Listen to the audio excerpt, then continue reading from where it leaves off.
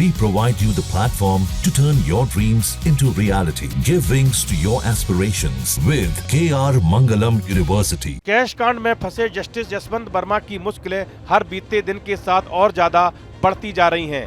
केंद्र सरकार ने महाभियोग की तैयारी तेज कर दी है। बताया जा रहा है कि लोकसभा स्पीकर ओम बिरला को 145 सांसदों ने महाभियोग चलाने के लिए याचिका सौंपी है, जिसमें राहुल गांधी, अनुराग ठाकुर, रविशंकर प्रसाद, सुप्रिया सुले, केसी वेणुगोपाल जैसे प्रमुख सांसद शामिल हैं। राज्यसभा के 63 सांसदों ने भी ऐसी ही पिटीशन दी है। माना जा रहा है कि सरकार संसद के वर्तमान मानसून सत्र में जस्टिस यशवंत वर्मा के खिलाफ महाभियोग का प्रस्ताव ला सकती है। सांसदों की ओर से हस्ताक्षर किए जाने के बाद अब इस प्रस्ताव को लोकसभा अध्यक्ष को दिया जाएगा। संविधान के आर्टिकल 124, आर्टिकल 217 और 218 के तहत Congress, TDP, JDU, JDS, Janasena party, AGP, Shivsena आदि दलों के सांसदों ने ज्ञापन पर हस्ताक्षर किए। नियमानुसार अगर किसी जज को उसके पद से हटाना है तो लोकसभा में कम से कम 100 सांसदों का समर्थन जरूरी होता है। वहीं राज्यसभा में आंकड़ा 50 तो होना ही चाहिए। 63 अपोजिशन एमपीज हैव साइंड।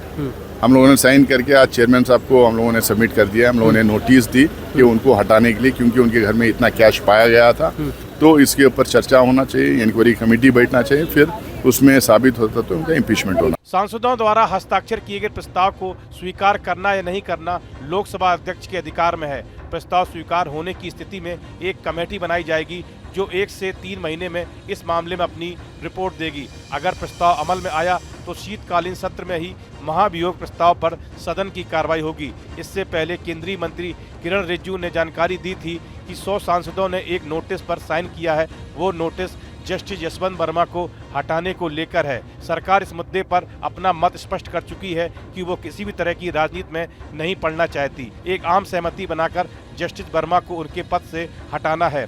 इस पूरे विवाद की शुरुआत मार्च 14-15 की रात में हुई थी। इस दिन दिल्ली हाई कोर्ट के तत्कालीन जस्टिस यशवंत वर्मा के सरकारी आवास में आग लग गई थी। जब आग बुझाने वाली टीम वहां पहुंची तो वहां स्टोर रूम से जली हुई 500 रुपए की गड्डियां मिली। इसके बाद काफी हंगामा हुआ। फिर सुप्रीम कोर्ट ने मामले की जांच के लिए 3 जजों की इन हाउस जांच कमेटी बनाई। जजों के पैनल ने जस्टिस वर्मा और उनके परिवार को कैश रखने का जिम्मेदार ठहराया। पैनल ने कहा कि आग के बाद रातों रात कैश को हटाया गया और जानबूझकर सबूत नष्ट कर दिए गए।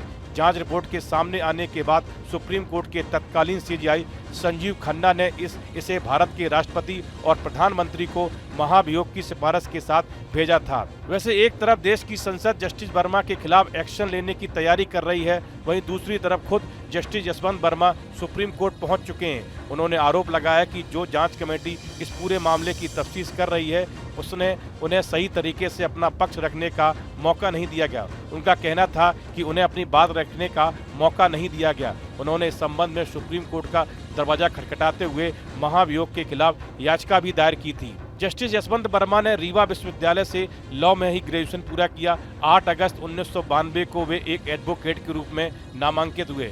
यशवंत वर्मा के करियर को अगर समझा जाए तो उन्होंने सबसे ज़्यादा संवैधानिक, इंडस्ट्रियल विवाद, कारपोरेट टैक्सेशन, पर्यावरण जैसे केस लड़े हैं। लंबे समय तक वे इलाहाबाद हाईकोर्ट के विशेष वकील के रूप में भी काम कर चुके हैं। इस वीडियो में फिलहाल इतना ही। आप बने रहिए न्यूज नेशन के डिजिटल प्लेटफॉर्म के साथ। जहां भक्ति है हर शब्द में, कथाओं में छिपे हैं दिव्य रहस्य और ज्योतिष देता है जीवन को दिशा। धर्म से जुड़ी हर बातों को जानने के लिए हमारे चैनल स्तुति को सब्सक्राइब करें।